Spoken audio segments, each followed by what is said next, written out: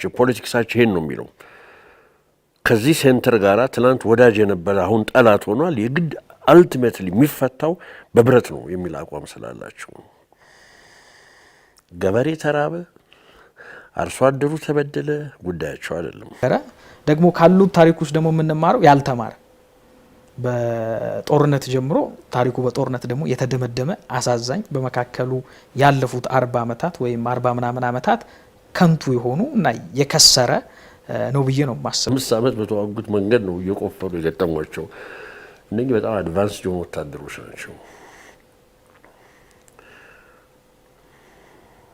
አብይ ላቭስ ቴክኖሎጂ የአንደኛው ክፍለ ዘመን ሰዎች ናቸው አብይ የኔ ጄኔሬሽን ምን ነው ሌላ ነገር እኮ እኔም በመድፍና በጉልጓድ ገጥማቸው ነበር እኔ በድሮን ገጠሟቸው እሺ አልተለወጡም ነው ይሄ ብቻ አይደለም ያኔ በነጠላ ጫማ የገቡት በኋላ ሀመር ነው እየነዱ ያሉት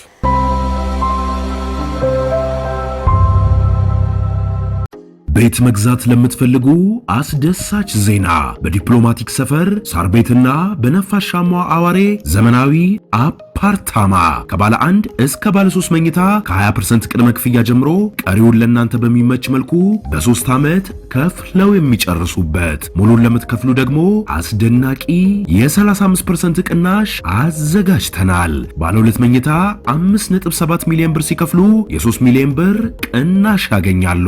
ባለ 3 መኝታ 9.9 ሚሊዮን ብር ሲከፍሉ የ5 ሚሊዮን ብር ቅናሽ ያገኛሉ። በዶላር ሆነ በዋጋ ግሽበት ምንም አይነት የዋጋ ጭማሪ አናደርግም። ቤቶቹ ተመርጠው ያለቁ ስለሆነ ፈጥነው በ0948 77 76 72 ላይ ይደውሉ። እናንተንም ከልብ አድርጌ አመሰግናለሁ። ዶክተር ዳኛቸው አሰፋና ዮናስ ዘውዴ ሁለታችሁንም ከልብ ነው ማመሰግነው። ሁለታችሁም በፍልስፍናው ዓለም ያላችሁ ናችሁ። ምናልባትም ዶክተር ዮናስን ሲያስተምሩት ቆይተዋል። ዮናስም ደግሞ አሁን እየተማሩ ነው ወደዛው የፒኤችዲ ተማሪ ናቸው። ነገር ግን እኔ ያጎደልኩትን እንድትጨምሩ ራሳችሁን ባጭሩ እንድታስተዋውቁ ሁሌ እንደማደርገው መልሼ እድል ሰጣል። ያው እንዳልሽው አዲስ አበባ ዩኒቨርሲቲ ፊሎሶፊ ዲፓርትመንት መምህር ነኝ። ከዛ በተረፈ ለመጀመሪያ ጊዜ የተወሰነ ኮርሶች የሰጠሁት ወጣትም ያው አብሮኛል እና በጣም ደስ የሚል ነው። ጥሩ አስተማሪ ማለት ይላል አሪስቶትል ራስን የሚመስልን ማውጣት ሳይሆን ይላል ከራስ ከፍ ያለም ተማሪ ማውጣት ያስተማሪውን ትልቅነትና ጉብዝና ያሳያል ይላል። ብዙ አልናገርም በዚህ ለብል ሲጠይቁ ደግሞ እሱም እንደሚል ያ አመሰግናለሁ። ቅድም እንዳነሳሽው ዮናስ ዘውዴ ይባላለሁ። በአዲስ ዩኒቨርሲቲ 3ኛ ዲግሪ ፍልስፍና ተማሪ ነኝ። ለመጀመሪያ ጊዜ ነው እኔም ከመመሬ ጋር የተገናኘሁት። ዶክተር ዳኛቸው 2 ኮርስ አስተምሮኛል። በእነዛም ኮርሶች ሁለቱንም እኔ ያመጣሁት እና ጥሩ አስተማሪ ናቸው። ስለዚህ ጥሩ ድር ነው ለኔ ማለት ነው እና አስተማሪ ባለበት መናገር ከባድ እንደሚሆን እገነዘባለሁ፣ ግን ሞክራለሁ። ከመግቢያዬ እንዳነሳሁት ዛሬ ስለ ህወሓት ኢህአዴግ ከአመሰራረቷ ጀምሮ እስከ ዛሬ ድረስ እስከደረስንበት በተለይ ጎላ ጎላ ያሉትን ሀገርኛ ሳይሸቱ የሌላ ባዕድ እስኪመስሉ ድረስ ሀገሪቱ ውስጥ የሆኑትን ነገሮች እያነሳን በተለይ ደግሞ በእናንተ በፊሎሶፊው በዚህ በፍልስፍናው ዓለም ደግሞ እንዴት እንደሚታይ እናነሳለን። እንግዲህ በፍልስፍናው እነ ፕሌቶን እነ ማካቬሊና እነ ማርክስን ሳያነሱ ማለፍ ምናልባትም ፖለቲካል ፊሎሶፊ ላይ እንደው ማይቻልም መስሎ ይሰማኛል። እናንተ ታውቁታላችሁ። በርካቶች እንግዲህ በተለይ ማካቬሊ የሚታወቅበት ዘ ፕሪንስ የሚባለው መጽሐፍ በኋላ መልስ ለመመለስና ማርክስ ዴስ ካፒታልና 10 አመት ድረስ የፈጀውን መጽሐፍ ጽፎ እስኪመላለሱ ግሬስ ፕሪንሱ እየተባባሉ እስኪመላለሱ ምናልባት በርካቶች የሚጠቀሙት ወይም ፖለቲከኞች በተለይ አፍሪካም ላይ አንዳንድ አልፎም ሌሎች ዲሞክራቲክ ያልሆኑ ሀገራቶች ላይ ይሄንን መጽሐፍ ተንተርሰው ወይም በማካቬሊ የሚመሩ እስኪመስል ድረስ አንዳንድ ነገሮች እናያለን። እንግዲህ በጉልበት ብቻ የሚያምን ጉልበተኞች ብቻ ጉልበት ያለው እውነትም ነው ማሸነፍ ብቻ ዘፊት ሰርቫይቭ የሚለው ብቻ ሳይሆን ጉልበት ያለው ሰው አሸናፊ ነው ብሎ እስከ መደምደም መሪዎች እንዲዋሹ እስከ ማበረታታት ድረስ ከጥቂት ምሁራኖች ውጭ ሌላው ህዝብ ሁሉ ስለ መሪ እውነታውን አያውቅም የሚዲያ ሰለቦች ናቸው እና እንዲህ የመሳሰሉትን ፊሎሶፊካል የሆኑ መጽሐፍቶችን ወይም አስተሳሰቦችን ተመርክዞ የኛ ሀገር ፖለቲከኞች በተለይ አሁን ዛሬ ለናነሳ የወደድነው ህወሓት ኢህአዴግ ሲጠቀሙባቸው የነበሩ ናቸው ወይ ማለት ይቻላል ወይ ብለን እንጀምር እንደው እንደ መነሻ እንዲሆነን ለናንተም ወደ መታቁትና ወደ ሚመቻችሁ ዓለም ለመውሰድ ብዬ እኔን ያነሳሁት ከማል ጀምር አስተማሪ anyway ጥሩ ጥያቄ ነው ከሁሉ አስቀድሞ ዛሬ በድል ዋዜማ ስለሆነን ሁለታችንም በእርግጠኝነት መናገር እችላለሁ ቲፒኤልኤፍን ዲሞናይዝ ለማድረግ አልመጣንም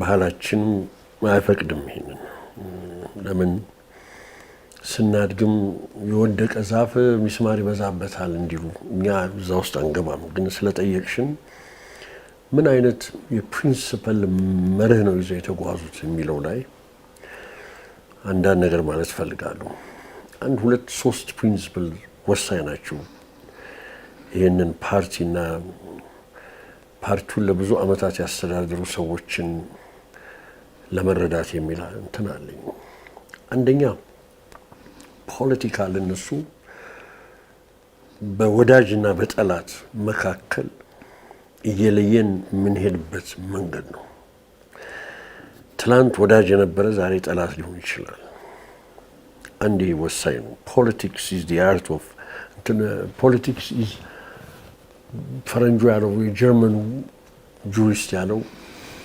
ፖለቲካ ዲስክሪሚኔት ያደረግን እየለየን ምን ሄድበት መንገድ ነው የሚላል ይሄን በደንብ ጥርጥር የለውም ከሱ ጋር አብሮ የሚመጣ ምን ይመጣል ሁለተኛው የሚከተሉት ኤቲክ መርህ ሞራል ፕሪንሲፕል ባይሆን ኢሞራላዊ ቢሆንም ፍጹማዊ ፖለቲካና የኃላፊነት ፖለቲካ የሚባል ነገር አለ ይሄንን ጥሩ አድርጎ ያስቀመጠው የጀርመኑ ሶሲዮሎጂስት ቬበር ነው ፍጹማዊ ፖለቲካ የሚከተል ፓርቲ ወይም ሰው ወይም ቡድን በምንም አይነት ግቡን ብቻ ነው የሚያው እዛ ግብ ላይ ለመድረስ የተፈለገ ነገር ማካሄድ ይችላል ሚንዝና ኤንድ ፍተሻ የለም ለዚህ ነው ሰሜን እዙን ለመግደል የተነሱት ግባቸው ያንን እዝ ማፍረስ መሳሪያ መንጠቅ ስለዚህ ኤቲክስ ኦፍ አብሶሉት ቫልዩ ማለት ያ ነው ኤቲክስ ኦፍ ሪስፖንሲቢሊቲ ደግሞ የኃላፊነት ፖለቲካ ደግሞ ሚንዙ የምንከተለው መንገድ ትክክለኛ መሆን አለበት ሞራሊ በጎ ካልሆነ ኤንዱንም ያበላሻል የሚል አመለካከት ነው የህወሓት እኔ እንዳየሁት እንዳጠናኋቸው በተፈለገ ጊዜ ግብ ከተሰራ በኋላ ፕሪንሲፕል ከተጻፈ በኋላ ያንን እዛ ላይ ለመድረስ ምንም ወዲያና ወዲህ የለም የሚል ፕሪንሲፕል አላቸው ሁለት ሶስተኛው ፖለቲካ ሁለት አይነት መልክ ይዛል አንደኛው ዋር ላይክ ፖለቲክስ ነው ጦር የሰበቀ ብረት ያነገበ ፖለቲካ ሁለተኛው ፒስ ላይክ ፖለቲክስ ነው በኮንቨርሴሽን እና በውይይት የሚያምን ነው ህወሓት የመጀመሪያው ክፍል ነው እነሱ ውይይት የብረት አካል ነው ለጊዜው አቆም ነው እንጂ ሄዶ ፖለቲክስ የሚቋጨው በዋር ነው በዚህ 2 አመት ተኩል እስከ 3 ዶክተር አብይ ከገቡ በኋላ እነሱም እርግጠኛ ናቸው በዚህ መጨረሻ ላይ አንድ አይነት ሾውዳውን ይኖራል ለዚህ ነው በብዙ ቢሊዮን ብሮች ሁሉ ዋሻ ባንከር የተሰራው በብረትና በድንጋይ ምክንያቱም ፕሪንሲፕላቸው ፖለቲክሳቸው ይሄን ነው የሚለው ከዚህ ሴንተር ጋራ ትላንት ወዳጅ የነበረ አሁን ጠላት ሆኗል የግድ አልቲሜትሊ የሚፈታው በብረት ነው የሚል አቋም ስላላቸው ገበሬ ተራበ አርሶ አደሩ ተበደለ ጉዳያቸው አይደለም እንዴት ነው እኛ ሰርቫይቭ የምናደርገው ለሚመጣው ፍልሚያ ነው። እና እነኚህ 3 ፕሪንሲፕልስ በእነኚህ የሚመራ ፓርቲ ነው እና በእነኚህ በ3 መርህ በምታይበት ጊዜ አንዳንድ የሚያደርጉት ነገር ግልጽ ይሆናል። እንጋባሽ ኢሞራላዊ ነው፣ ሃይማኖታዊ ነው። እንዲህ ያለ እሴት የላቸው። እንግዲህ ቅድም የተነሱት ሀሳቦች ያነሳሻቸው በፍልስፍና ውስጥ የምናነሳቸው በርካታ ፈላስፎች አሉ። እነ ማኪያቬሊን ቅድም እንዳልሽው የልዑሉን መጽሐፍ ስናነብ የምናገኛቸው ዋና ሀሳቦች አሉ። ስለ ነገስታት ያለው ኮንሰፕት ወይም አንድ ገዢ ምን ማድረግ አለበት፣ ምንስ መደረግ የለበትም፣ ህዝቡ ለሱ የሚሰጠው ምላሽ ምን መምሰል አለበት፣ ለሱ ደግሞ ለህዝቡ የሚሰጠው ምላሽ ምን መሆን መቻል አለበት፣ ከሚወደድ ይልቅ ቢፈራ ነው የሚሻለው። ምክንያቱም ቢወደድ ያለውን አቅም ያለውን የትኞቹም ነገሮች ማኒፕሌት ሊደረግ ስለሚችል የሚል ሀሳቦችን ሊያነሳ ይችላል። ልክ ነው። የሮምን ታሪክ ስናነብ በተለይ የነገስታቱን ታሪክ ስናነብ በህዝባቸው ላይ ያደረጉትን ነገር ህዝባቸው ለነሱ የሆነላቸውን ነገር በምናነሳበት ሰዓት ላይ በርካታ አስተንትኖት ልናነሳ እንችላለን ማለት ነው። የሲሲሮን ኮንሰፕትም ልናነሳ እንችላለን በርካታ ነገሮችን። ዜን ከቲፒኤልኤፍ ጋር ግን ምንድን ነው የሚያገናኘው የሚለውን የነ ማርክሲዝም ሀሳብ ልናነሳ እንችላለን፣ የነ ስታሊን ሀሳብ ልናነሳ እንችላለን።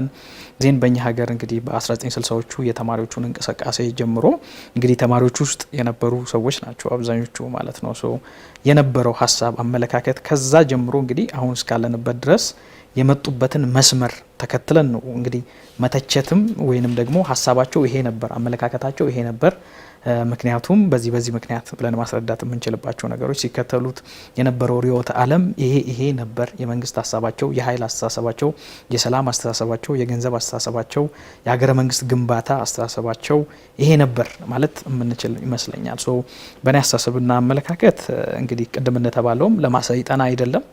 የወደቀ እንጨትም ምሳር ይበዛበታል ስለሚባል ዝም ብሎ የወደቀ ኦልሬዲ ወድቋል፣ መደብደብ አያስፈልግሽም ኦልሬዲ ስለወደቀ ማለት ነው።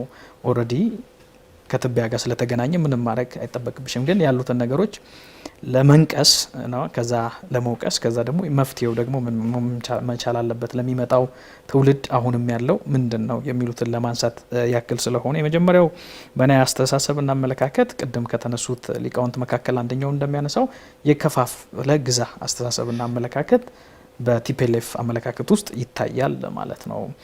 ስለዚህ ስልጣናቸውን ለማንበር ዘመን ለማስቆጠር እና ለመኖር የተጠቀሙበት ሀሳብና አመለካከት ጠላትን ማበጀት ነው። ስለዚህ እንትና የሚባል እኮ ጠላት ነው፣ እንደዚህ አድርጎሃል፣ ስለዚህ ያንን ጠላት ማጥፋት አለብህ፣ ወይንም ደግሞ ያ ጠላት ቋሚ ጠላትህ ነው።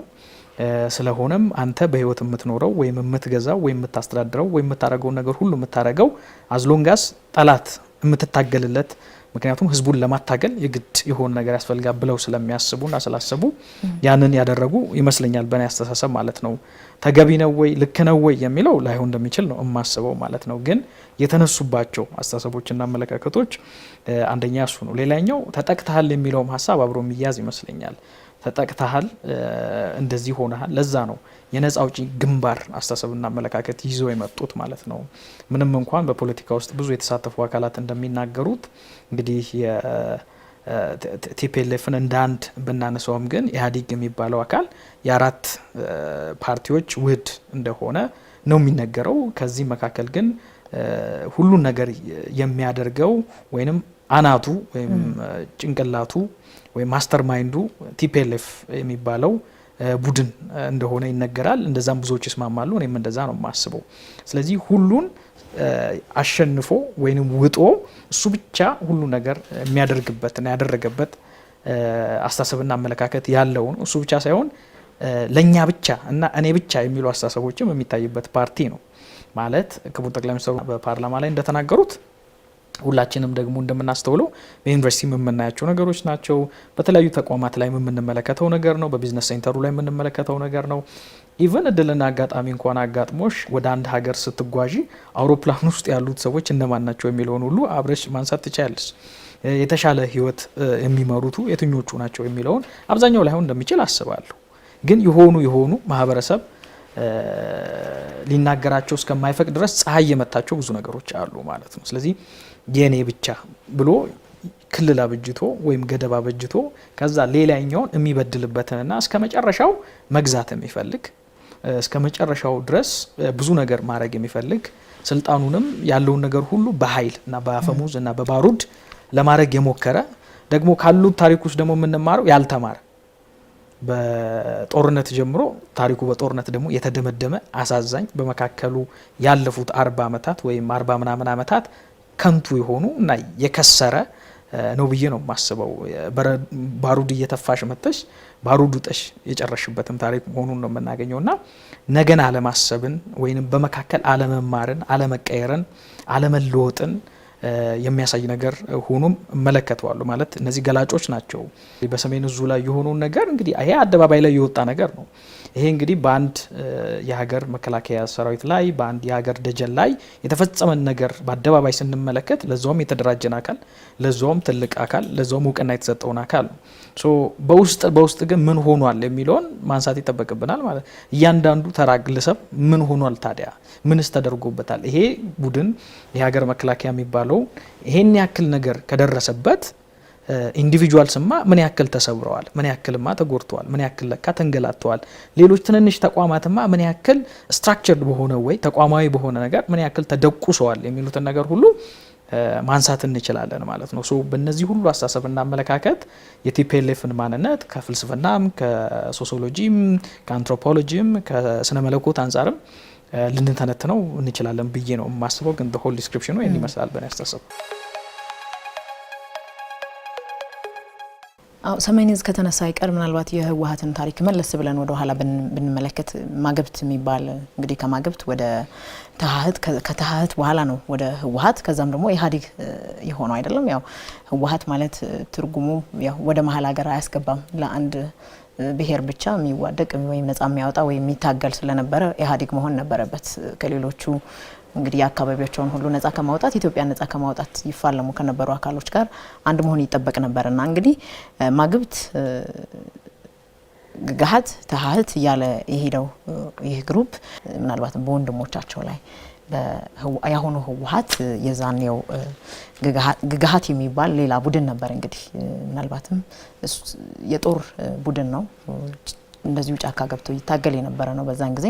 እንግዲህ ህወሓቶች ደግሞ ከመጡ በኋላ እነዚህ ላይም የፈጠሩትና ያደረጉት በደል ተመሳሳይ ነበረ። በታሪክ ማንሳት ካስፈለገ እንደው ይሄ የክህደት መንገድ ከቀድሞውም ጀምሮ ከመነሻቸውም ጀምሮ የሚታወቅ ነው። በርካቶች አሁን ስንሰማው በጣም የሚደንቀን የሚገርመን ይኖራል። ግን እንደው በፍልስፍናው ዓለም እንደዚህ አይነት ሰው እስኪጨክን ድረስ በርካቶች አሁን ብዙ ውይይቶችን ብዙ ዲስከሽኖችን በተለያዩ ቦታዎች ካያችሁ ከሂትለር ጋር የማመሳሰል ነገር እመለከታለሁ። አንዳንዶች እንዲያው ምን ይላሉ ሂትለር እኮ ራሱ ዜጎች ላይ ራሱ ወንድም እህቶች ላይ ያንን አላደረገም ቢያንስ ወንዝ ተሻግሮ የሚበረታታም መልካም ነገርም ባይሆን እንኳን ያደረገው ከነሱም የባሱ ናቸው እስከ ማለት ድረስ ደርሷል።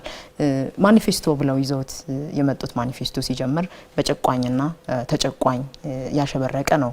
ከነ ብሔር ስም ጠርተው ነው ጨቋኝ አማራ ብሔር ናት፣ ተጨቋኝ ደግሞ ትግራይ ብሔር ናት። ጨቋኝ ካለ ደግሞ ተጨቋኙ ራሱን ነጻ ማውጣት አለበት በሚል የማርክሲስት ፍልስፍና ተነስተን ነው የመጣ ነው ይላሉ። እንደው እነዚህ ሰዎች ምንድናቸው ብሎ የተጻፉትን አይዲዮሎጂዎች ራሱ ማርክሲዝም ምንድነው፣ ኮሙኒስቶቹ ምንድናቸው፣ ሶሻሊስቶቹ ምንድናቸው ብለን ዘርዝረን ብናይ ከሶስቱም ውስጥ ለማግኘት በሚከብድ ሁኔታ ባሉት ፍልስፍና ውስጥ ሁሉ ሄደው አያውቁም። እንደው እነማን ናቸው ብለው የሚያነሱ ሰዎች አሉ። ከዲያቆን ዳንኤል ክብረት ጋር ስንጨዋወት የሚገርም ነገር ነገረኝ። ደረጃ አስቀምጦ ስለ ህወሓት ማለት ነው 5 ደረጃ ላይ ይሄ 5ኛው የመጨረሻ ነው ያለው። እኔ በጣም ገርሞኛል። በጣም በሰለ አስተያየት ነበር። አንደኛው ያው ተማሪ ያሉ ነው የግራ ቀመስ ፖለቲካ ያራመዱበት ነው። ሁለተኛው በረሃ ገብተው የታገሉበት ዘመን ነው የትጥቅ ትግል የሚባለው። ሶስተኛው በስልጣን ላይ ነው። አራተኛው እነ ዶክተር አብይ አህመድ መጥተው ትንሽ የተገፈተሩበት ነው። ከሴንተሩ ዲሴንተር ሊሆኑበት ነው። አምስተኛው የመሸጉበት ነው መልቀሌ እና በዚህ እነኚህ 5 የደረጃ ድመት የፍልስፍና ለውጥ አላሳዩ። ያው ቅድም የተባባልነው ፖለቲካ ወዳጅና ጠላት እየለየሽ ግብሽ ጋር ለመድረስ የፈለግሽውን የምታደርጊበት ሁኔታ ነው እና ወደ ግብ የሚያደርሳቸው ከመሰላቸው ቤተ ክርስቲያን ሲደርሱ ይሳለማሉ። ካህኖቹም እነሱን ይመስላሉ፣ ጸሎት ያደርጋሉ፣ ይጾማሉ። ግን መሰናክል እንዳይሆናቸው ነው። ዋናው አልቲሜት እንትኑ የፖለቲካ ግባቸው ነው።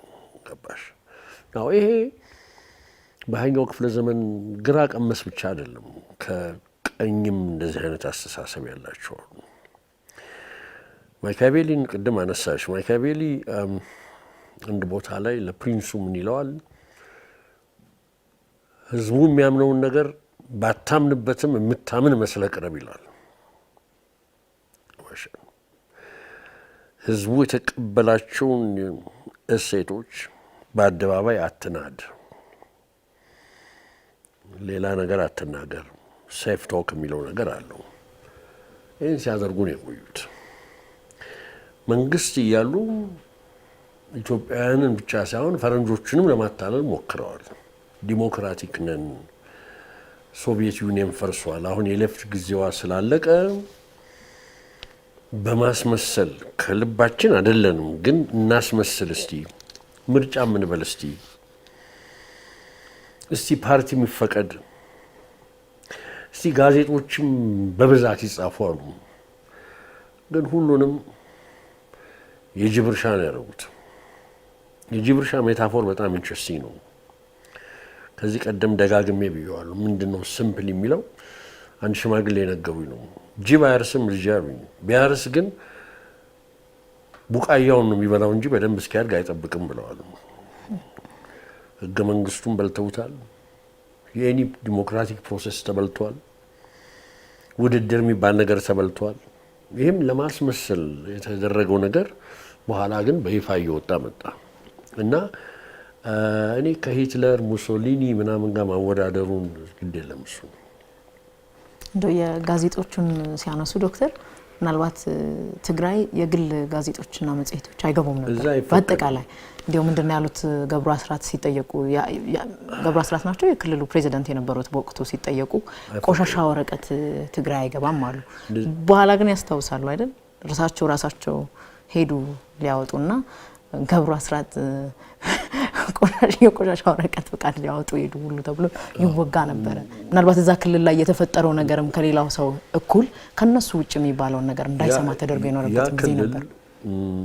ቶታሊ የተያዘ ክልል ነው። አባሽ ፍጹም ሰላም ያለው ፍጹም አፈና ስላለ ነው ቦታ ላይ ወደፊት ይወጣል። አሁን ህዝቡ መናገር ይጀምራል።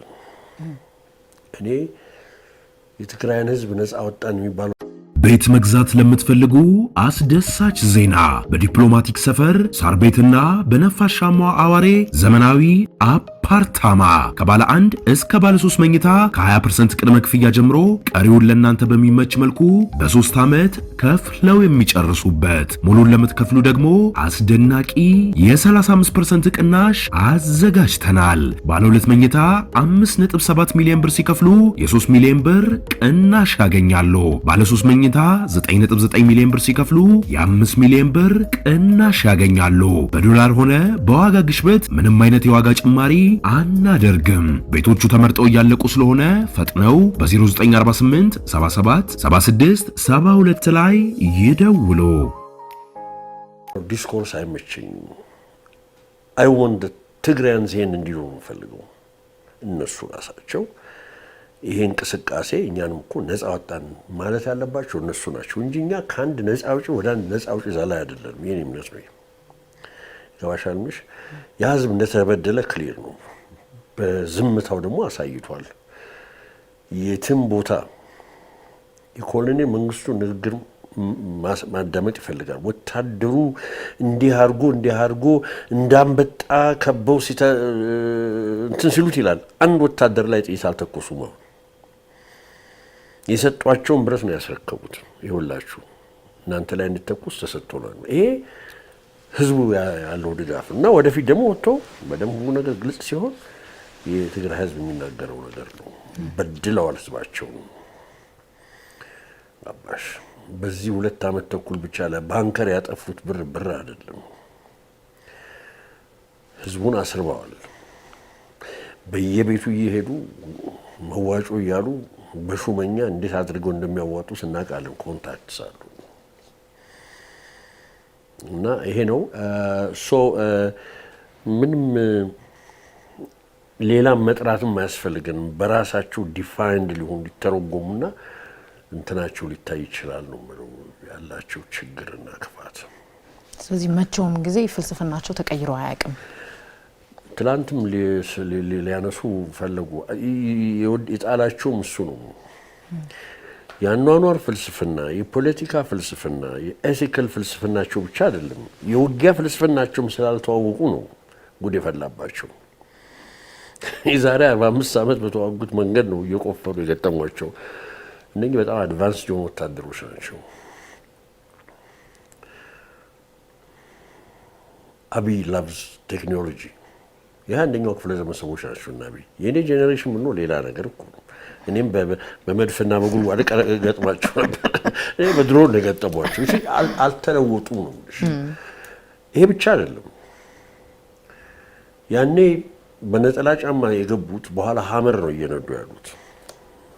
we're talking about millionaire ጀነራሎች ነው። ኢትዮጵያ በታሪኳ የሚሊዮነር ጀነራል እንደ ናይጄሪያ አውጥታ አታውቅም ነበር።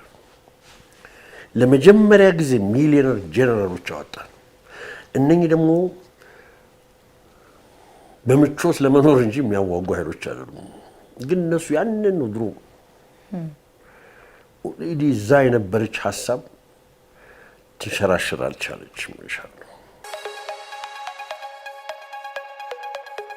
ያልተለወጡበትን ነገር ለማሳየት ያክል ራሳቸው ይዘውት የመጡት ሽርጡ ምስክር ነው። ሽርጡ ምስክር ነው ብዬ ነው የማስበው። እና መጀመሪያም ጊዜ በሽርጥ ነው የገቡት ይባላልና አሁንም ያቺው ሽርጥ ስትኖር አትሊስት ለውጥ የለም። ስታግናንት የመሆን ችግር ያለ ይመስለኛል። እኔ እቋሪ ወይ ቢሆነ ቦታ ላይ መቸከል በራሱ ችግር የሚያመጣ ነው የሚመስለኝ በእኔ አስተሳሰብና አመለካከት። ምናልባት የመጡበት መንገድ እንደምታውቂው ጠላት አይንቁም። በርግጥ ማንም ሰው ተነሳ ሲባል ቀው ምናምን ነው እስከዛሬ ድረስ ያቆያቸው ብዬ ነው የማስበው። ምናልባት አሁን ውድቀታቸውን ያፈጠነው ያው ተመሳሳይ ፕራይዳቸው ነው የጣላቸው ብዬ ነው የማስበው ማለት ነው። አይ ምን እንትን ሰሜን ዙን እንትን አለው እኮ መሳሪያ ዘረፍን እኮ እዚህ ጋር ጉዳት አደረስን እኮ አሁንማ መንገዱ አልጋ ባልጋ ነው ብለው ያሰቡ ይመስለኛል። ስለዚህ ሰልፍ ዲሰፕሽን ነበረው ብዬ አስባለሁ በሆነ መልኩ ማለት ነው። ምክንያቱም በሌላ በኩል ያሉትን ነገሮች ብዙ አናላይዝ ለማድረግ ለማሰብ ጊዜ ወሰዱ አልመሰለኝም። ስለዚህ በተመሳሳይ መንገድ ሲሄዱ የተለየ ውጤት የምትጠብቂ ከሆነ ያከንቱነት ነው። በተመሳሳይ መንገድ እየሄድሽ ተመሳሳይ ውጤት ነው ልታገኝ የምትችይው እንጂ የተለየ ውጤት ሊመጣ አልቻለም። እነሱ በተመሳሳይ መንገድ ሄደው ተመሳሳይ ውጤት ነበረ የጠበቁት፣ ግን የተለየ ውጤት ነው ያጋጠማቸው። ምክንያቱም መንገዱ ስለተቀየረ፣ መንገዱ ከተቀየረ ደግሞ ውጤቱ ስለሚቀየር ማለት። ስለዚህ ምርጫቸው የተሳሳተ ነበረ ብዬ ነው የማምነው። ምርጫቸው የተሳሳተ ሲሆን ውጤቱ የተሳሳተ ይሆናል። ምክንያቱም የሚቀየረው ምርጫ እንጂ ውጤት ስለማይቀየር ማለት ነው። ከሂትለር ጋር ማመሳሰሉ ተገቢ ነው ብዬ አላስብም። ሂትለር ያደረገው የመጣበት ኮንቴክስት አለው፣ ራሱን የቻለ ባክግራውንድ አለው። አስተዳደጉ እንበለው አመለካከቱ እንበለው በወቅቱ የነበረው ነገር ኮምፕሊትሊ ከኛ ሀገር ሰዎች ጋር ወይም ከቲፒኤልኤፍ ቡድኖች ጋር ወይም የተወሰኑ ህዳጣን ጋር የሚመሳሰል አይመስለኝም በራሴ። ግን አንዳንድ ሰዎች ሊያመሳስሉት ይሞክራሉ። ላይክ ባለፈው ጊዜ የተያዙት አደንዛዥ እጾች። ስለዚህ ሂትለርም አደንዛዥ እጽ ይወስድ ነበረ፣ ለእንትኖቹም ቢሰጥ ነበረ። ስለዚህ እንደ ሂትለር ነው የከፋ ነው ምናምን የሚሏቸው ነገሮች አሉ። ብዙ ተመሳሳይነት አለው ማለት ተመሳሳይ ነው በሁሉም ነገር ማለት አይደለም። የሆነ ሆኖ ግን ቅድሞ እንዳነሳሽው የቆሻሻ ወረቀት ምሳሌም አንድ ናሬሽን ብቻ እንዲሰማ ስለሚፈለግ ነው። አንድ ሰው ወይም አንድ አካል ወይም አንድ ቡድን ሁለት ነገር ሶስት ነገር መስማት ሲጀምር ማወዳደር ማነጻጸር ይችላል። አሪስቶትል እንደሚለው ማን ኢዝ ራሽናል ቢንግ ነው ይላልና የሰው ልጅ ምክንያታዊ እንደመሆኑ መጠን ያስባል፣ ያሰላስላል። ስለዚህ የሚጠየቀው ምን ያክል ምክንያቱ ጥልቅ ነው ወይም ምን ያክል የሚያስበው ነገር ሀሳቡ አዋጭ ነው፣ ጥልቅ ነው፣ ምክንያታዊ ነው፣ በመረጃና በማስረጃ የተደገፈና የተመረኮዘ ነው፣ ያዋጣል አያዋጣም ብሎ ይፈትሻል ውጤቱን ከመነሻው የሚሉትን ነገሮች ነው መምጣት የምንችለውና ዘርዓ ያዕቆብ በነበረበት ጊዜ በ16ኛው ክፍለ ዘመን ማለት ነው ሄርሜኔቲክሱን አየ ማለት ነው። እነዚህኞቹ እንደዚህ ይላሉ፣ እነዛኞቹ እንደዚህ ይላሉ፣ እኔ ግን እንዲህ እላለሁ። ስለዚህ ቲፒኤልኤፍ አስተሳሰቧና አመለካከቷን ዘርዓ ያዕቆብ በብዙ ዘመን ቀድሟታል ራሱ ማለት ነው። ከሱ ራሱ መማር ይቻል ነበር ማለት ነው። ግን ኢምፕሊኬሽኑ ምንድን ነው? አንድም ማህበረሰብ ወይም አንድን አካል ወይም አንድን ግሩፕ አንድ ነገር ብቻ ከጋትሽው የሚሰማውም የሚያየውም የሚያደምጠው የሚነካካውም አንድ ነገር ብቻ ከሆነ ሪያሊቲ እሱ ብቻ ነው ብሎ ያስባል ማለት ነው። ስለዚህ ከሱ ዓለም ውጭ ያሉትን ነገሮች ማየት አይችልም። ስለዚህ ዋሻ ውስጥ ይሆናል በራሱ ማለት ነው። ከዋሻው ውጭ ያሉትን ሌሎች ነገሮችን ማየት፣ መዳበስ፣ መፈተሽ፣ ማድመጥ አይችልም። ስለዚህ እስካልቻለ ድረስ ደግሞ በራሱ ዓለም ብቻ ስለሚኖር ሙሉ የሆነ የዓለም ግንዛቤ አይኖረውም ማለት ነው። ስለዚህ ለመጡበት መንገድ ትልቅ አስተዋጽኦ ያደረገላቸው አስተዋጽኦ እና ትልቅ የሚለው ኮታንኮት የመጡበት መንገድ ነው ማለት። ስለዚህ የተለየ አሳሰብ፣ የተለየ ሚዲያ፣ የተለየ አመለካከት፣ የተለየ የፖለቲካ አቋም ያለውን ሰው አስተሳሰቡና አመለካከቱ ኤክስፖዝድ ቢሆን የተለየ ምርጫ ትይዛለች ማለት ነው። አሁንም የሆነው እኮ እሱን አሁንም እየሰማን አይደለ? ጀት ጥለናል፣ እንትናን ማርከናል፣ እንትናን ገለናል ምናምን ስቲል ማለት ነው። እና ጀነራሉ እንደተናገሩት ነው፣ ጀነራል አበባው እንደተናገሩት ነው።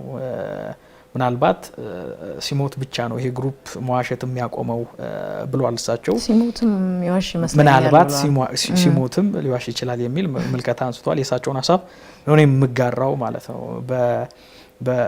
በሕክምና ሳይንስ ውስጥ ያሉ ሰዎች ፓቶሎጂካል የሚለውን ሀሳብ ይወስዱና እንግዲህ ፊዚካል ኤንድ ሜንታል ዲስኦርደር ነው ብሎ ይዙና ኢህአዴግ ማለት ግን ወይም ቲፒኤልኤፍን በዋነኝነት ሲያነሷት ፓቶሎጂካል ኪለሮች ናቸው፣ ፓቶሎጂካል ላየርስ ኤንድ ፓቶሎጂካል ቴፍት ናቸው የሚል ስለዚህ በፓቶሎጂ ኮንሰፕት ውስጥ ሁሉንም ያሟላሉ ሳይኮፓት ድረስ የሚል ሀሳብና አመለካከት አላቸው። እውነትነት አለው ብዬ ነው ማምነው ማለት ነው። ሶ የመጡበት መንገድ እና ያደረጉትን ነገር ሁሉ ስንፈትሽ እነዚህ ነገሮች ሁሉ ውስጡ እናገኝበታለን ብዬ ነው እኔ የማስበው።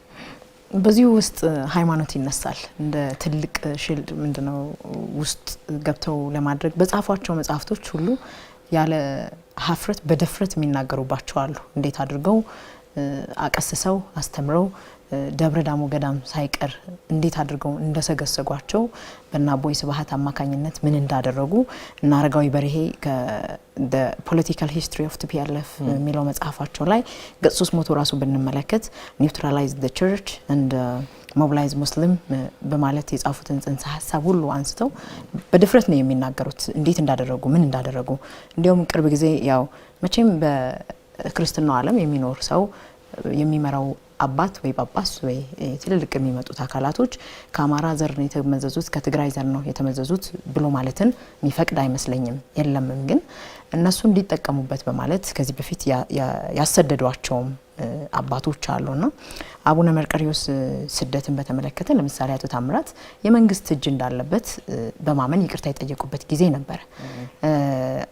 አቶ ስብሐት ሲጠየቁ ግን ያሉት እንዲያውም ከሳቸው በኋላ እንግዲህ የመጡት ጳጳስ ካለፉ በኋላ ያው የራሳቸውን ጳጳስ ከአድዋ የሚመዘዝ ዘር ያለውን ወይም ብሔር ያለውን ሰው ነው አምጥተው ያስቀመጡት። ይሄም በበርካታ ጊዜ ተነግሯል። ከትግል ጊዜ ጀምሮ ህወሓት ገና ጫካ ከነበረችበት ጊዜ ጀምሮ ግንኙነት ነበራቸው ብለው ያነሳሉ በዛው አካባቢ ያሉ ጠበብቶች። ነገር ግን እርሳቸው ካለፉ በኋላ ራሱ አቡነ መርቆሬዎስ ጋር የነበረው ነገር እርቅ እንዲፈጠር ትልልቅ ዲፕሎማት ላይ ያሉ የተለያዩ ኤምባሲዎች ውስጥ የሚሰሩ ለሃይማኖት ለሀገር የሚጨነቁ ለቀጣዩም ነገር የሚጨነቁ አካላቶች ትልቅ ኮሚቴ አዋቅረው እርቅ ይሰሩ ነበር።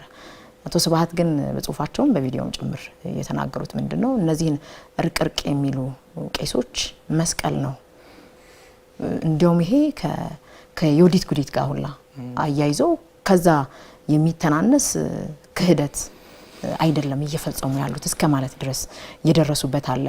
የትግራይ ህዝብና የትምክተኞች ሴራ በሚለው በመምህር ገብረ ኪዳን ደስታ የተጻፈው ለአጥቢያ ካህናት ይሏቸዋል። እሳቸው እንደው እንዴት አድርገው ስልጠና እንደሰጡ ቀሚስ እንዳለበሱ እንዴት አድርገው እንደሰገሰጓቸው በኩራት ይናገሩበታል።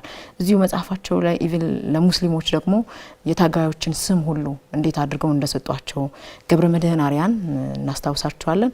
ሀጂ መሐመድ ነው እንደዚህ ይባል ነበር ስሜ ብለው በቪዲዮ ሁሉ የተገለጸ እዚህ ድረስ ድፍረት እንደነበራቸው ከቤተ ክርስቲያን የቀማነውን መሬት ወይም ደርግ ያኔ የቀማለ ህዝብ ይሰጥ የነበረውን መሬትም ሳይቀር ከቤተ ክርስቲያን ቀምተን መሬት ለሙስሊሞች ሰጥተናል ተቀባይነትን ለማግኘት ድረስ እያሉ በአደባባይ ይነዙ ነበር። እንደው ከመጡበት ከተወለዱበት ካደጉበት ማህበረሰብ ምክንያቱም ቅድም አሁን ከሂትለር ጋር የሚያያይዟቸውን ሰዎች ምናልባት የሂትለርን እድገት አስተሳሰብ ሶሳይቲ አመጣጥ አይተን ልናለያያቸው እንችላለን ብለን ጀምረናል። እነዚህ ሰዎች የመጡበት ማህበረሰብ ታዲያ የተወለዱበት ምናልባትም 100% በሚባል ሁኔታ አማኝ ያለበት ክልል ውስጥ የተፈጠሩ ሰዎች ይሄንን ሲያደርጉ እውነት ህዋታውያን ኢትዮጵያውያኖች ናቸው ወይ? እውነት ሉዓላዊ የሆነ መንግስት ነበር ወይ ሀገሪቱን ሲመራትስ የነበረው? የሀገርን እሴት ማፍረስ ለምሳሌ እንደመጡ እኮ የብር ለውጥ መጀመሪያ ሲደረግ ካስታወሳችሁ 100 ብር ላይ የአርበኞች ስዕል ነበረ። የአርበኞቹን ምስል ነው መጀመሪያ ያጠፉት። ቀጥለው የአድዋ ድል የሚያህል በዓል እንኳን እንዴት ይከበር እንደነበረ ከኔ የበለጠ እናንተም ታውቁታላችሁ። ምንም ሳይነሳ ሳይታወስ የሚታለፍበት ጊዜ በግንቦት 20 ተተክቶ የምናከብርበት ጊዜ የነበረው ጎልቶ የሚታየው ነውና እንደው ኢትዮጵያውያኖች ናቸው ብሎ አፍ ሞልቶ ለመናገር ሁሉ እስኪ ከብድ ድረስ ብዙ ሰው ያንቀጠቅጠዋል። ይሄ ሲነሳ ስለ ሰንደቅ ዓላማ ማንሳት ይቻላል። ሰንደቅ ዓላማ ጣሊያን እንዴት ይጠላው እንደነበረ ማንሳት ይቻላል። በዛ ልክ ነው በፓርላማው ሁሉ ሳይቀር እንዴት እኛን አርዳችሁ ከጨረሳችሁ ወይ የኢትዮጵያን ሕዝብ ከፈጃችሁ በኋላ ነው ሰንደቅ ዓላማውን የምትቀይሩት ተብለው መለስ የተነገረበትን የፓርላማ ውይይት እናስታውሳለን። እንደው ይሄ ሲታይ በእናንተ እይታ እንዴት ታዩታላችሁ? ወል ጥሩ ነው። ኢትዮጵያን በሚመለከት ሁለት አበይት ነገሮች ማለት ይቻላል። አንደኛ እንደዚሁ ዝም ብለሽ ኖሚናሊ ስታያቸው ኢትዮጵያዊ መሆን የተሳናቸው ሰዎች ናቸው። በኢትዮጵያም ባለመኩራታቸው የሚኮሩ ናቸው። በፊት ለፊት የሚናገሩ ናቸው። አንድ ሰው እኮ ኢትዮጵያዊ መሆን ተስኖት ኢትዮጵያ ላይ ጠላም ይችላል። እነሱ ግን ኢትዮጵያን ይጠላሉ። ኢትዮጵያን ስለሚጠሉ ነው ኢትዮጵያን የሚያቆሙ ተቋማት ምሳሌ ኢትዮጵያ ኦርቶዶክስ ቸርች ናሽናሊስት ነው። አብሮ ይዘምታል እኮ ባንዲራ ይዞ ታቦት ይወጣል። እሱ ጠላት ነምበር 1 ነው። ሌላ ደግሞ ብሔር እየመረጡ ኢትዮጵያ ኢትዮጵያ የሚለው ጠላት ነምበር 2 ነው። እንዲህ ያሉ ነው የሚሄዱት። ትልቅ ሲምቦሎች አመት ባሎች እንደ አድዋ አይነት አድዋ ብሔር ብሔረሰቦች ናቸው እንጂ ሄደው የተዋጉት አጼ ምኒልክና ጣይቱ መነሳት የለባቸውም። በውስጥ ወረቀት እኔ ተማሪዎች ያሳይተውኛል። አድዋ ሲከበር እነሱ በተልሞሰሞሰና ህዋታዊ በሆነ መንገድ እንዲከበር የነሱን አይዲዮሎጂ እንዲያበስሩበት እየተሰራ ነው ሄደው። ሌላው ቅድም መጀመሪያ ላይ ያነሳሹ ኤሪትሪያ ጋር ሆኖ ሻዕቢያ ጋር መዋጋቱ አይደለም እኔ ግርም ያለኝ። ስልጣን ከያዙ በኋላ አቶ መለስም አቦይ ሰባትም ይሄ ዶክመንት የተደረገ መስጠይቁ ዋናው ስጋታችን ኢሳያስ አፈወርቂ እና መንግስቱ ስምምነት ላይ ይደርሳሉ ብለን ነበር ፈራው ወደ ፌደራሊዝም እና እኛ ግን ትግሉን እንቀጥል ነበር አሉ ኤሪትሪያን። እንግዲህ አልፈው ተርፎ ያው መጽሐፉ ላይ ለእንትናም ጠበንጃ ተዘቅዝቆ ይሰራዋል እና ከሌላ ቡድን ኢትዮጵያን ከሚለይ ቡድን ጋር አብሮ መዋጋት ሳይሆን ምናልባት ያ ቡድን የተወሰነ ስምምነት ላይ ከደረሰም ቢሆን እኛ እንቀጥላለን የሚለው እነኝህ ኢትዮጵያ ባረጋ ያስቸግራል። ቢገርምሽ ስለመጡበት ማህበረሰብ አንስተሻል። የመጡበት ማህበረሰብ ትልቅ ኢትዮጵያዊ ኢትዮጵያ ስብስብ ያለበት ህዝብ በታሪኩ በሁሉም ነገር እኔ ከዚህ ተነስቼ ኮንክሉድ ያደረኩት ምንድነው እነኚህ ሰዎች ከትግራይ አብራክ ባይወጡ ኖሮ ገና ሲጀመርም አገሪቱን ያፈርሱ ነበር። ግን ዋናው ቤዛቸው መሰረታቸው ትግራይ ስለሆነ አብሯቸው እንደማይሄድ በደንብ የተረዱ መሰለኝ እንጂ እንደው ዝም ብሎ የተንጠላጠለ ከኢትዮጵያ ታሪክ ጋር ብዙ ሺህ ያልኖረ ህዝብ አካባቢ ቢመጡ ኖሮ አገሪቱን አፍርሰዋት ነበር። ሲያዩት ዞር ወር ብለው እንደው መቼስ ሰይን ሆነው ሲመለከቱ ያ ህዝብ ከኢትዮጵያ መለየት በጣም አስቸግሯቸው እንጂ እንደነሱ በቃ እንዲሁ ኢትዮጵያን እንደጠሉ ያው ኢትዮጵያ ደግሞ መጨረሻ ላይ የምታደርገውን አድርጋ ኢትዮጵያ አቅማይሽ የተለያየ ነው። አንዱ ሪጅን ሰነፍ ሲል አንደኛው ይነሳል፣ አንደኛው እንደዚህ ሲሆን አንደኛው ይነሳል። በጣም ሰፊ ናት ኢትዮጵያ። ትግርኛም ትናገራለች፣ አማርኛም ትናገራለች። አፋን ኦሮሞ ማትናገረው ቋንቋ የላትም። አንዱ ጠገብ ሲል በአንድ ቋንቋ ባያዘው ልታስጋጨው ትችላለች የሚል ነገርም አለኝ። እሱ ሜታፊዚካል ነው፣ ወደፊት በጽሁፍ እንቀርባለን። እውነትም እርስ በርስ በቋንቋ መነጋገር ቢያቅታቸው ራሱ በሰንደቁ ይነጋገራሉ ይላሉ። በቃ ሁልጊዜ ችግር ሲደርስ ሲመጣባት ይህንን አስተማሪውን ፕሮፌሰር ጌታቸው ኃይሌ ናቸው። ኢትዮጵያ ችግር ሲመጣባት ሁልጊዜ ከመሀሏ ትልቅ ሰው ታወጣለች። ይሄ ታሪኳ ያሳያል ይላሉ። ገባሽ? አሁንም አንድ የሚያሰባስብ ሰው ያገኘን ይመስለኛል። የጊዜውን ጥሪ አድሬስ ማድረግ የሚችል ሰው ያገኘን ይመስለኛል። እንግዲህ እኔ በዚህ ዙሪያ እንደ ቀልድ ማድረግ እንግዲህ ደስ የሚል ጨዋታ ነው። እንዳስተማሪ ለብዙ ዓመት እንዳስተማረ በትንሹም ቢሆን ጥሩ መጽሐፍ አውቃለሁ። መጽሐፍ ይሄ ጥሩ ነው መጥፎ ነው ማለት ልምዱም አለኝ። ይሄን ዊዝደም ባይልኝ በትንሹ እንዲሁ ደግሞ በላይፌ ሲኖር ቆንጆ ሴት አውቃለሁ። ይሄንን ኤስቴቲክስ ባይልኝ ስነ ውበት ባይልኝ ሁለቱን ይዤ ነበር የኖርኩት። አሁን ደግሞ ዶክተር አብይ ከመጡ በኋላ ለካ ጥሩ መሪም አውቃለሁ ጀስቲስ ባይልኝ ሶ ያ የለም ለካ መሪም አውቃለሁ ብያለሁ። ይሄ ደግሞ ቅድም ፕሮፌሰር ጌታቸው ካሉት ጋር የሚያያዝ ያ አገሪቱ ችግር ውስጥ በወደቀ ጊዜ ሰው ታወጣለች። ታሪኳ ይሄን ነው ብለውኛል፣ በጽሁፍ ያሉኛል። እኔ ያንን እያየን ነው የሚል ነገር አለ። ጥሩ ነው። ከዚህ ጋር ነገር ልጨምርሽ፣ ከዛ እሱ ብዙ ያወራል ፈለገ። ፕሮፌሰር ኡሉንዶርፍ የአፄ ኃይለ ሥላሴን ግለ ታሪክ ባዮግራፊ የተረጎሙት መግቢያ ላይ የሚከተለውን አነበብኩ። የዛሬ 30 ምናምን ዓመት ምን ይላል መሰለሽ? ስለ መሪ ካነሳን ነው። ኢትዮጵያ ይላሉ መግቢያው ላይ፣ ትልቁ መምህር ነው ኢትዮጵኒስት። በአከታታይ 3 ትላልቅ መሪዎች አውጥታለች ይላሉ። አፄ ዮሐንስ፣ አፄ ሚኒሊክ፣ አፄ ኃይለ ሥላሴ ይላሉ ፈረንጅ። ኦሪየንታል ስተዲስ ትልቁ ሊቅ ብዙዎቹን ያስተማሩት። አራተኛ ግን አምስተኛ የሚገኝ አይመስለኝም ይላል። ከአፄው በኋላ አራተኛውን ስም አንጠቅስም፣ አምስተኛውን ስም አንጠቅስም፣ ስድስተኛውንም አልጠቅስም። ሰባተኛ ግን ጥሩ ያገኘን ይመስለኛል። አሁን እንግዲህ ነገ ጧት ይሄ ምናምን ያው ውርጅብ ሊመጣ እኔ ደግሞ ደስ ሲለኝ ሰባተኛው ንጉስ አለ ዶክተር ተብሎ እኔ በንጉስም አላቀረብኩም። እኔ ብቻ አይደለሁም ሌሎችም ሰዎች ጋር በዚህ ኢሹ ብዙ ሰው አይተናል። መጀመሪያ የኡሉንዶርፍ ጃጅመንት ልክ ነው። 3 አግኝታችኋል፣ 4 5 አታገኙም ብለዋል። ስለሌላ አላወሩ ይገባሻል። እና ሰባተኛው አለ እንደዚህ ሆነ እንደዛ ሆነ። አሀብ ነው ፕሮብለም። በእኔ ዕድሜ ያለ ሰው መፍራት ያለበት እውነት ለመናገር እየሞከርኩ ነው የሚለው ነው። ተሳስቼ ይሆናል የሚለው ነው እንጂ ገንዘብ እየተቀበሉ የሚሳደቡ የኢንተርኔት ሰዎች አያሳስበኝ። እሺ ደግሞ አብሮ የሚሰራው እንደውም እሱ ነው ይበልበት፣ እኛ ከውጭ ነው።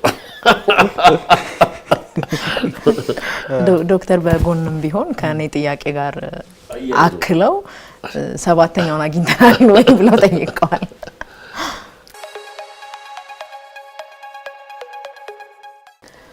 አግኝተናል ብዬ ነው ማምነው ነኝ።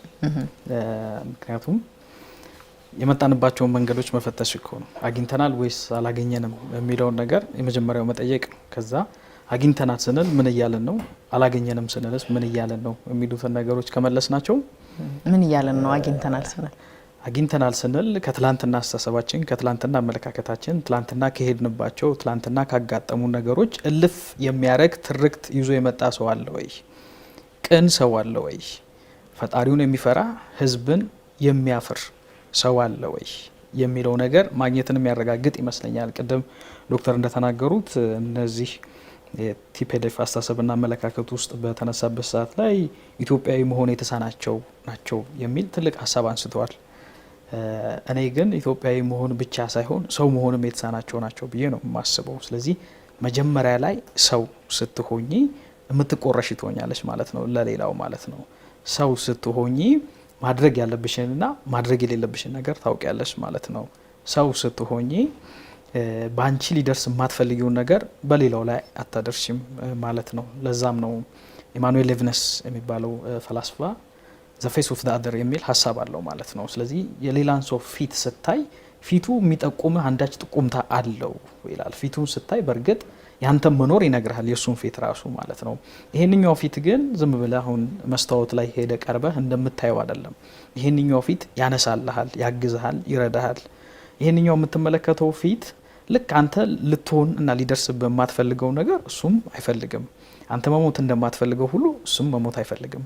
አንተ መሰቃየት እንደምትፈልገው ሁሉ አለመሰቃየት እንደምትፈልገው ሁሉ እሱም እኮ መሰቃየትን አይፈልግም፣ ምርጫው አይደለም የሚል ትልልቅ ሀሳቦችን የሚያነሳባቸው ምልከታዎች አሉና ሰው ሲረሽን ፊቱ የሚሸፈነው ለላቪናስ አሁን ለጠራው ፈላስፋ እንደ ምስክር ነው። አሁን ያለው እንዳይደርስ ነው።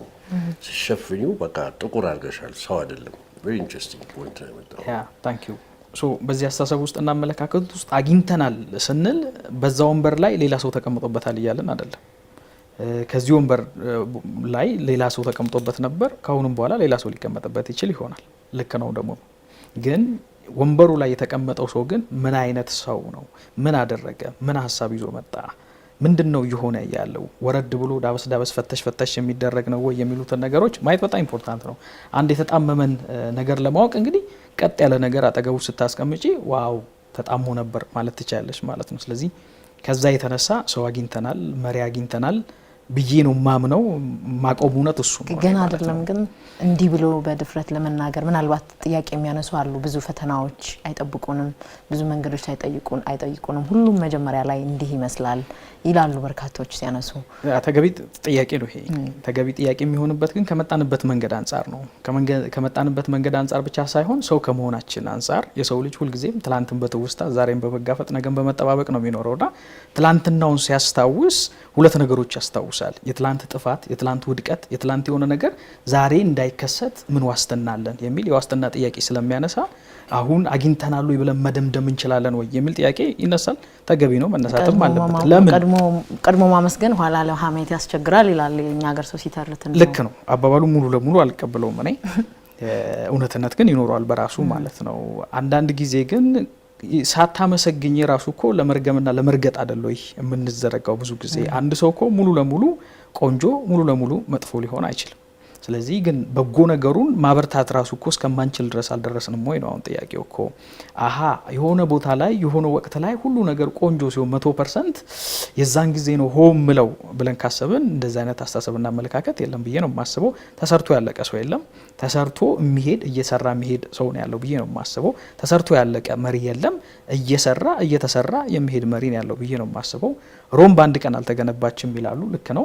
ግን በእያንዳንዱ ቀን ግን ስትገነባ ነበር ማለት ነው። ስለዚህ መሪ አግኝተናል ስንል በእያንዳንዱ ቀን የምናያቸው የምንሰማቸው ነገሮች ሪሊ አግኝተናል የሚያስበል አይደለም ወይ የሚል ጥያቄ ስለማነሳም ጭምር ነው። ለኢትዮጵያኖች ግን ማንፈርደው እኔንም ጨምሮ አንዳንዶች በሚያነሷቸው ጥያቄዎች ውስጥ ለምሳሌ 40 ዓመት ሙሉ ከጆሮአቸው ከጥይት ድምጽ በቀር የህዝብን ነገር የማይሰሙ መንግስታትም አይተናል አይደለም አሁን እንኳን ባየነው እና ለመስማት ለመሰራትም ፍቃደኛ ሳይሆኑ ቀርተው ነው አይደለም የተወደቀው ዶክተር አብይ ከመጡ ገና ጥቂት አመታቸው ነው የሚወጣ እንጀራ ከምጣዱ ያስታውቃልን ይዘን ነው ወይስ እሱ ብቻ ምን እንላለን እሱ ብቻ ሳይሆን ዶክተር አብይ ወደ 5 መጽሐፍ ጽፈዋል መጽሐፎቻቸው እሳቸው ናቸው ሐሳቦቻቸው ናቸው ያ ማለት ግን እየተለወጠ እያደገ እየተቀየረ እየተሻሻለ የሚመጣ ነገር ነው ሰው በህይወት መኖሩ የሚያስታውቀው በዛ ስለሆነ ማለት ነው አይ ትላንትና እንደዚያ ነህ ስለዚህ ዛሬም እዛ ቦታ ላይ ላገኘህ አይባልም መባልም አለበት ብዬ አላስብም የሰው ልጅ ይቀየራል ይለወጣል በርካታ ነገሮች እንዳየናቸው ማለት ስለዚህ መጽሐፎቻቸው ምን ይላሉ ነው ለምሳሌ የመደመር ሐሳብ ምንድነው የሚለው ይቅርታን የሚያስተምር መሻገርን የሚያስተምር ትላንትናዎቻችን በጎ ነገር ነበሩት በጎ ነገር አልነበሩም በጎ ያሉትን ነገሮች እናርማቸው በጎ የሆኑትን ነገሮች ደግሞ እናስቀጥላቸው እኔ ሐሳብ አዋጥቻለሁ እናንተም ሐሳብ አዋጡ በዚህ ሀገር ላይ የምንኖር ሁላችን እኮ ባለቤቶች መሆን አለብን እንጂ አንዳንዶቻችን